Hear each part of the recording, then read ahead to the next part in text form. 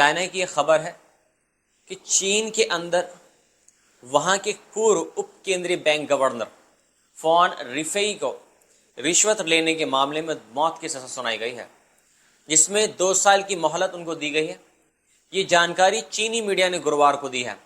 Fawn पर 386 यानी 386 million yuan, 54.55 million dollar से अधिक की संपत्ति अवैध रूप से स्वीकार करने का आरोप लगा है। वे केंद्रीय बैंक और अन्य वित्तीय संस्थानों में अपने उच्च पदों का लाभ उठाने के लिए दोषी पाए गए हैं। Huang Gong Intermediate People's Court ने बताया कि 2 साल की मोहलत के बाद फॉन की मौत की सजा को जीवन कारावास में बदला जाएगा, जिसमें कोई भी समय पूर्व रिहाई या परिवर्तित करने की संभावना नहीं होगी। हाल अदालत ने कहा कि फॉन यीफेई ने अत्यधिक बड़े पैमाने पर रिश्वत स्वीकार की, उसके अपराधों की परिस्थितियां अत्यंत गंभीर थीं और समाज पर इसका प्रभाव बहुत बुरा था। राज्य और जनता के हितों को अत्यधिक नुकसान पहुंचा है।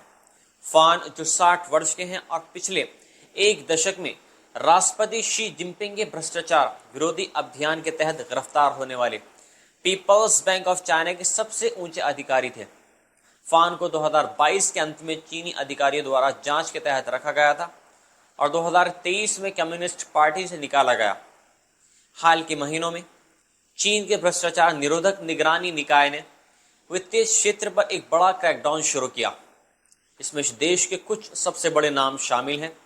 इसमें state owned bank of China के पूर्व अध्यक्ष लियू लियांग और state owned China life insurance के पूर्व प्रमुख वांग बिन शामिल हैं। अप्रैल में लियू, जिन्होंने मार्च 2023 में इस्तीफा दिया, ने 121 मिलियन युआन से अधिक की रिश्वत स्वीकार करने के लिए उनको दोषी ठहराया गया है।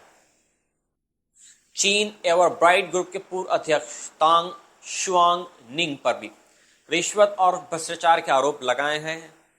फॉन यीफेई की गिरफ्तारी और सजा चीन के वित्तीय क्षेत्र में भ्रष्टाचार के खिलाफ चलाए जा रहे सख्त अभियान का एक महत्वपूर्ण उदाहरण है। ये दिखाता है कि सरकार भ्रष्टाचार को समाप्त करने के लिए पूरी तरीके से गंभीर है और उच्च पदों पर बैठे अधिकारियों के खिलाफ कोई भी कार्रवाई करने में कोई संकोच नहीं कर रही है। और इसी वजह से आज हम देखते हैं कि चाइना की जो इकोनॉमिक है, चाइना की जो टेक्नोलॉजिकल एडवांसमेंट है, वो दिन पर दिन बढ़ती जा रही है। तो सबसे एक मेन चीज़ ये है कि जिस देश के अंदर भ्रष्टाचार नहीं होगा, वहाँ के लोग, चाहे वो गरीब तबके का क्यों ना हो, हर कोई वहाँ पर